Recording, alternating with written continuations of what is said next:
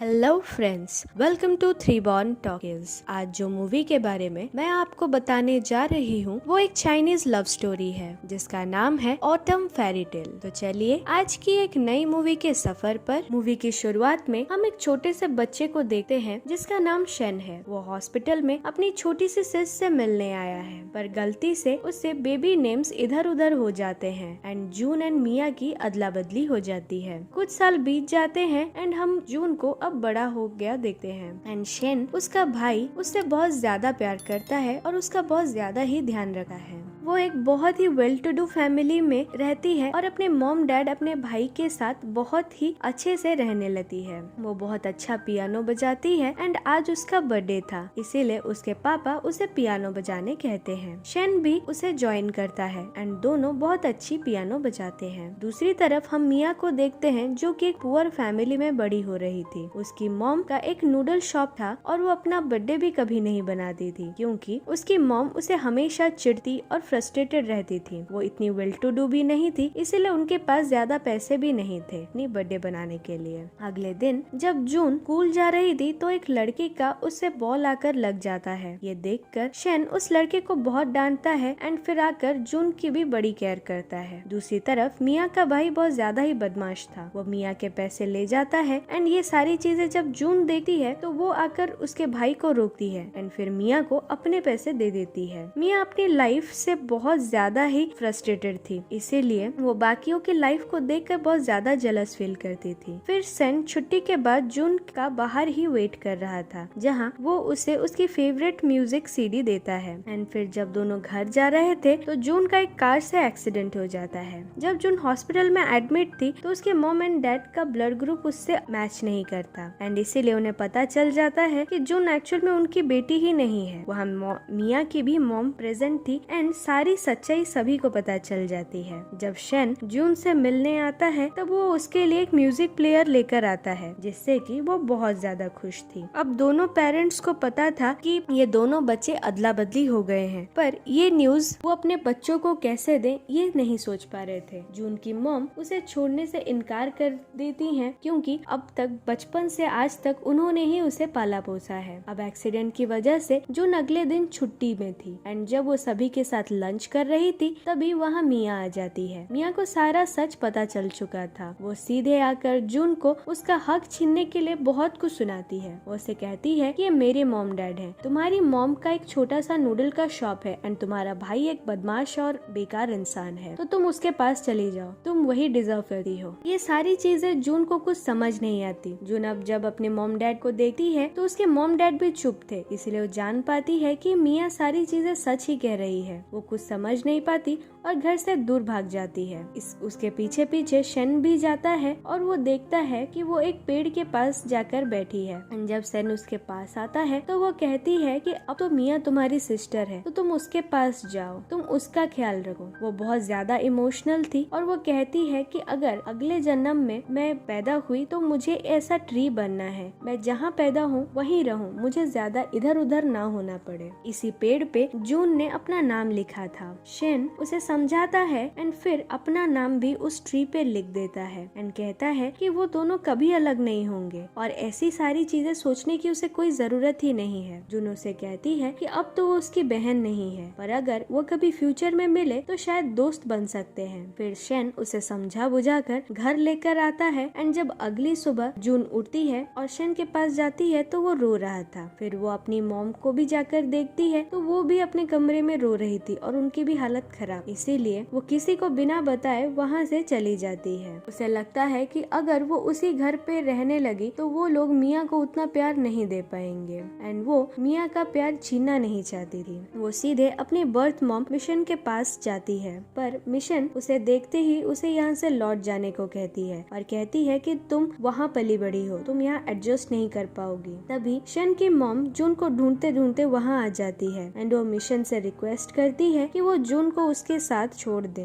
वो जून और मिया को लेकर यूएस चली जाएगी, जिससे दोनों का फ्यूचर बहुत ही अच्छा होगा, दोनों की लाइफ संभल जाएगी। पर यहाँ मिशन कुछ नहीं कहती, जिससे जून समझ जाती है कि मिशन का मन ही नहीं है कि वो उसे छोड़े, इसीलिए खुद जून ही यूएस जाने से मना कर देती है। अगले दिन जब टीचर बताती है कि शन की फैमिली यूएस जा चुकी है, तो जून भागती भागती उससे मिलने आती है एंड रास्ते में उनकी गाड़ी भी देखती है, पर जब वो आवाज लगाती है तो आवाज गाड़ी तक पहुंचती नहीं और फिर वो सारे वहाँ से चले जाते हैं। अब बहुत साल बाद सब बड़े हो चुके हैं एंड शन फिर से उसी सिटी में वापस आकर जून को बहुत ढूंढा है। जून भी अब नर्स बन चुकी है, पर उसमें अब कुछ फीलिंग्स ही नहीं है। उसके साथ के नर्स जब उसे रिलेशनशिप एंड बॉयज के बारे में पूछते हैं तो वो कहती है कि उसमें उसे कोई इंटरेस्ट नहीं है, वो सिर्फ पैसे कमा कर एक बेटर लाइफ जीना चाहती है एंड अपनी मॉम को एक बेटर लाइफ भी देना चाहती है। जब जून अपने फ्रेंड्स के साथ कहीं बाहर जा रही थी तो टोल पे एक लड़के को देखती है जिसका नाम हान था। हान एक्चुअली बहुत ही ज्यादा रिच था, पर आज वो अपना वॉलेट लाना भूल गया था, इसीलिए वो स्टोल वाली लेडी के साथ फ्लर्ट कर रहा था। वहाँ जून जाकर हान एंड उसका पैसा देखकर एटीट्यूड में ट्रैफिक क्लियर कर देती है। जून के इस एटीट्यूड से हान बहुत ज्यादा इम्प्रेस्ड एंड शॉक्ड दोनों हो जाता है। पार्ट टाइम में जून रियल एस्टेट में हाउस सेल करने का काम करती थी।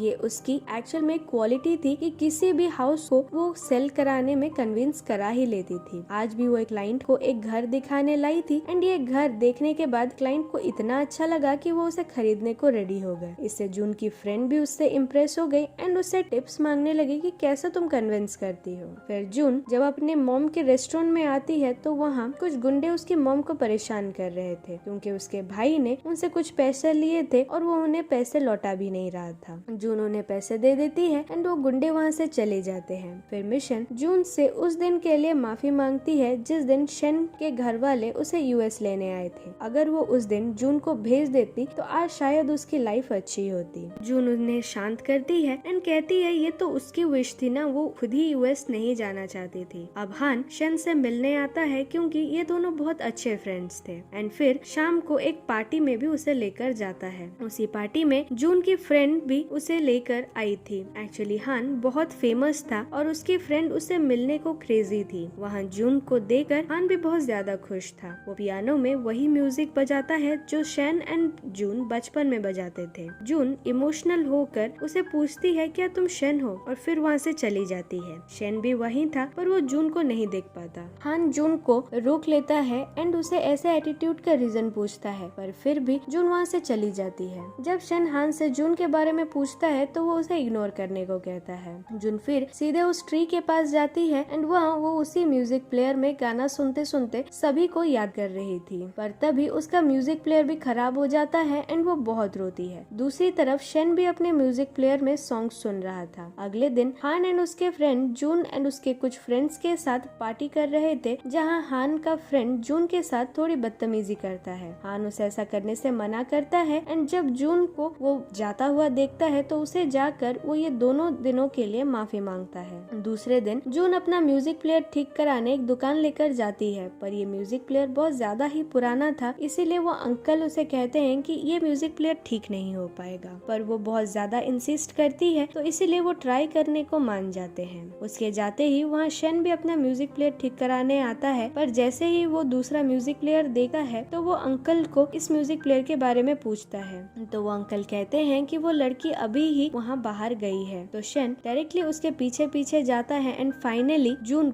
को देख लेता है। जून भी उसे देखती है पर कुछ नहीं कहती। शाम को जून एक रेस्टोरेंट में बैठकर ड्रिंक कर रही होती है तो वहाँ भी शन आता है। उससे बात करने की उसमें हिम्मत नहीं थी, पर फिर भी वो उसके पास जाता है, पर अब भी जून वहाँ से जाने लगती है। रास्ते में जब वो शन को उसका पीछा करता देखती है तो कहती है कि 13 साल पहले तो तुम चले गए थे और अब क्यों तुम मेरे पीछे आ रहे हो, तुम कभी मुझे याद ही नहीं करते। और ऐसा कहते कहते वो बेहोश हो जाती है। शन उसे अपने घर ले आता है एंड जून नींद में उसका हाथ पकड़ कर कहती है प्लीज अब मुझे छोड़कर मत जाओ। सुबह जब जून उठती है उसी घर को देखकर शॉक्ड हो जाती है। शन ने अभी तक उनका पुराना घर बेचा नहीं था क्योंकि उसमें जून की बहुत सारी मेमोरीज थी। वो जून को एक स्पेशल जगह पर लेकर जाता है जहाँ जून की पसंद की सारी चीजें थी और ये सारी चीजें उसने यूएस से मंगवा कर यहाँ पर रखी थी। ये सारी चीजें देखकर जून बहुत खुश होती है और बहुत बहुत शॉक भी होती है क्योंकि उसे नहीं लग रहा था कि शेन अभी तक उसे याद कर रहा होगा, पर शेन तो जून को बहुत ज्यादा मिस कर रहा था। दूसरी तरफ हान शेन की गर्लफ्रेंड को लेकर यूएस से वहाँ आता है और आते वक्त उसे बताता है कि मुझे नहीं लगता शेन तुमसे शादी करेगा क्योंकि तुम दोनों बहुत ज्यादा अलग हो। फिर जून को भी शेन की गर्लफ्रेंड के बारे में पता चल जाता है एंड फिर वहाँ मिया भी आ जाती है। वहाँ मिया को देख जून उसे मॉम डैड के बारे में पूछती है तो मिया बताती है कि वो आज भी तुम्हें बहुत ज्यादा याद करते हैं, वो कभी तुम्हें भूल ही नहीं पाए। रात को हान जब जून को उसके घर छोड़ने आता है तो जून उसे रास्ते में पूछती है कि क्या मैं इतनी बुरी हूँ कि सभी मुझे छोड़कर चले जाते हैं। तो हान उसे कहता है कि जो लोग अपने से ज्यादा दूसरों के बारे में सोचते हैं उन्हें ऐसी ही तकलीफें होती है। घर पे मिया शेन को मना करती है कि उसके मॉम एंड डैड को जून के बारे में ना बताएं क्योंकि उनकी मॉम अभी बहुत ज्यादा बीमार थी। पर शेन बताता है कि उनकी बीमारी की वजह जून की चिंता है और अगर उन्हें पता चल गया कि जून यहाँ है तो शायद वो ठीक हो जाए। अगले दिन जब जून हॉस्पिटल में थी तो वहाँ हान आ जाता है एंड जून को चीयर अप करने की कोशिश करता है और फाइनली जून जब थोड़ी नॉर्मल हो जाती है तो वो उसे अपने साथ कहीं चलने को कहता है। जून भी राजी हो जाती है एंड पहले हान सुपरमार्केट जाकर बहुत सारी चीजें खरीदता है एंड फिर जून को लेकर एक ओल्ड एज होम में जाता है जहाँ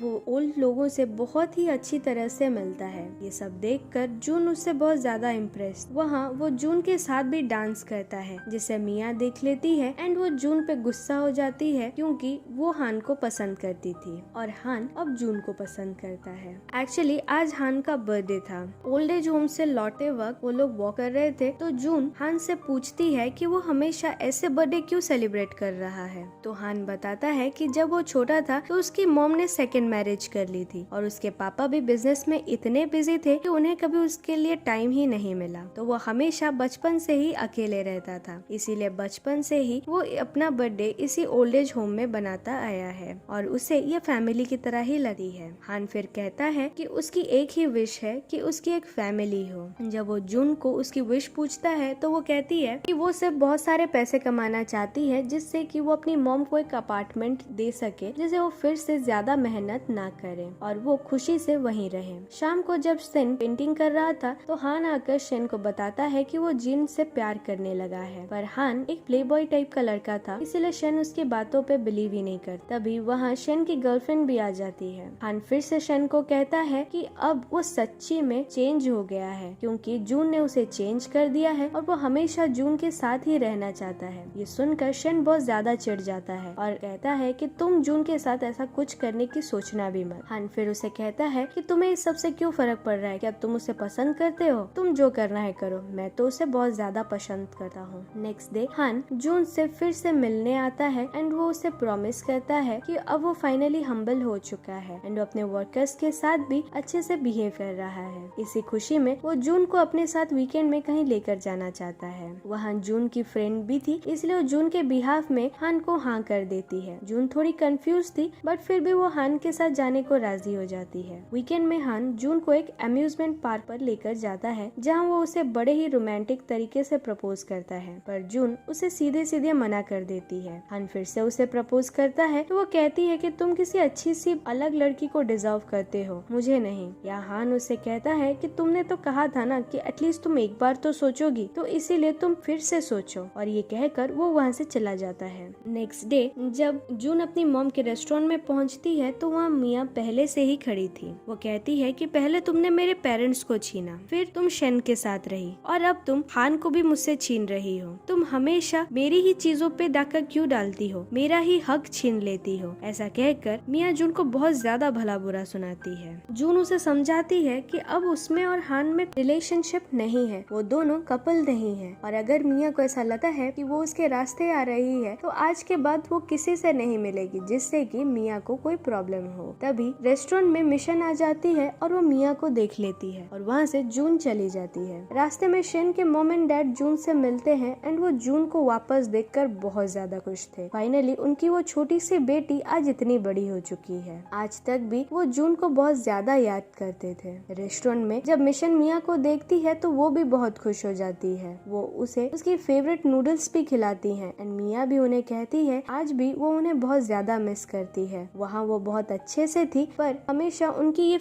डिश वो बहुत ज्यादा याद करती थी। अब यहाँ से जाकर जून उस स्पेशल जगह पर जाकर शेन के खरीदे सारी चीजें ऑनलाइन बेच देती है और वहाँ से एक बार में जाकर वहाँ कुछ स्ट्रेंजर्स के साथ ड्रिंक करके नाचने लगती है। उसके फ्रेंड्स उसे रोकने की बहुत ज्यादा कोशिश करते हैं पर वो नहीं सुनती। फिर वहाँ शेन आता है, उसे वहाँ से चलने को कहता है पर जून तब भी नहीं जाती। फिर शेन उससे पूछता है क्या तुम अब भी मुझसे नाराज हो, क्या तुम अब भी मुझसे हेट करती हो? तो वहाँ जून उसे कहती है कि मुझे ये सब इमोशन से कोई फर्क नहीं पड़ता, मैंने इसीलिए सारे गिफ्ट्स बेच दिए क्योंकि मुझे पैसे चाहिए थे, मुझे सिर्फ पैसे चाहिए और आज मुझे पैसे मिले हैं इसीलिए मैं यहाँ पर एंजॉय कर रही हूँ, मुझे सिर्फ पैसों से मतलब है। वहाँ फिर हान आ जाता है एंड वो उसे समझाने की कोशिश करता है पर जून बहुत ज्यादा ही ड्रंक थी इसीलिए वो किसी की नहीं सुनती और ऐसा बोलते बोलते वो बेहोश हो जाती है। जब उसे हॉस्पिटल लेकर जाते हैं तो डॉक्टर बताते हैं कि जून की तबीयत बहुत ज्यादा ही खराब है और उसे बोन मैरो की जरूरत है। अगर उसे बोन मैरो मिल जाए तो उसकी बचने के चांसेस ज्यादा होंगे क्योंकि अभी वो बहुत ज्यादा यंग है और बोन मैरो अभी काम कर सकता है। पर वहाँ किसी का बोन मैरो जून से मैच ही नहीं कर रहा। वहाँ जून का भाई गुस्से में डॉक्टर को मारने लगता है कि अभी वो किस काम का है। कुछ देर बाद जून होश में आती है तो सभी उससे मिलने आते हैं। वो बताती है कि वो पहले से ही उसकी हालत के बारे में जानती है इसीलिए उन्हें फिक्र करने की कोई जरूरत नहीं है। वो जानती है कि वो आगे जाकर मर जाएगी और इसी वजह से उसे कोई प्रॉब्लम भी नहीं है। यह मिशन अब उसे बताती है कि हर साल हमेशा सेन और उसके पेरेंट्स जून को लेटर्स लिखा करते थे पर मिशन ने सेल्फिश होकर वो लेटर्स उसे छुपा कर रखे, उसे कभी दिए ही नहीं। ये सब के लिए वो जून से माफी मांगती है क्योंकि आज जून की हालत की कहीं न कहीं जिम्मेदार वो भी है। इस पर जून उसे कहती है कि ये तो बीती बातें हैं, इन्हें सोचकर क्या फायदा। वो खुद ही अब मरना चाहती है और वो इसमें किसी को भी दोषी नहीं मानती। फिर उसके पास शन आता है एंड उसे फिर से उस दिन चले जाने के लिए माफी मांगता है। 13 इयर्स पहले वो नहीं जाता तो शायद ऐसा नहीं होता। वो फिर से उसे समझाने की कोशिश करता है कि अभी वो यंग है इसीलिए अगर वो ट्रीटमेंट कर लेगी तो सब सही हो जाएगा। तो यहाँ पर जून कहती है कि वो हमेशा से ही ट्री बनना चाहती थी, आज वो ट्री की तरह एक ही जगह जन्म होकर एक ही जगह मरने वाली है तो इसमें किसी को क्यों प्रॉब्लम हो रही है। और ऐसा कहते कहते वो बेहोश हो जाती है पर बेहोशी में भी बार बार वो शन को ही बुला रही थी और कह रही थी शन प्लीज इस बार तो मुझे छोड़ के मत जाओ। अब शन की गर्लफ्रेंड भी एक लेटर लिखती है और वहाँ से चली जाती है। लेटर में लिखा था कि तुम जून से बहुत ज्यादा प्यार करते हो, कभी तुमने उसी तरह का प्यार मुझसे किया ही नहीं। मैं विश करती हूँ कि तुम हमेशा जून के साथ रहो और इसी विश के साथ मैं यहाँ से जा रही हूँ कि मुझे भी ऐसा प्यार कहीं न कहीं मिल जाए। फिर शन जून को हॉस्पिटल से घर लेकर आता है एंड वहाँ वही पेड़ उसे दिखाता है जिसे वो डिग करके उसके घर के बाहर लगा चुका था। वो उसे दिखाता है कि जैसे प्लेस चेंज करने के बाद भी ये ट्री जिंदा है और आगे बढ़ रही है वैसे ही तुम्हें भी आगे बढ़ना चाहिए, जिंदा रहने की एक खुशी होनी चाहिए, एक इच्छा होनी चाहिए। एंड फिर वो जून को उसका म्यूजिक प्लेयर भी ठीक करा कर दे देता है और कहता है कि अब वो उसे छोड़कर कभी नहीं जाएगा। अब मिया को भी अपनी गलती का रियलाइज हो जाता है और वो अपने पास्ट बिहेवियर और मिस्टेक्स के लिए जून को सॉरी कहती है। जून के लिए तो यही खुशी थी कि मिया अब उससे बात कर रही है। इस सब से जून बहुत ज्यादा खुश थी। अब हान और शेन जून को वही स्पेशल जगह पर लेकर जाते हैं एंड वहाँ हान ने जून की बेची गई सारी चीजें फिर से खरीद कर सजा रखी थी और दोनों जून की लाइफ को बेस्ट बनाने की कोशिश कर रहे थे। यहाँ दोनों ही जून को प्रपोज करते हैं पर जून हान को सिलेक्ट करती है और शेन उसका बेस्ट मैन बन जाता है। अब एक दिन जब शेन उस टनल से गुजर रहा था तो वो अपना बचपन फिर से देख और यही हमारी मूवी खत्म हो जाती है। सो फ्रेंड्स, अगर ये मूवी आपको पसंद आई तो लाइक और कमेंट करें और ऐसी ही मूवीज आगे देखने के लिए हमारे चैनल को सब्सक्राइब करें। Bye bye.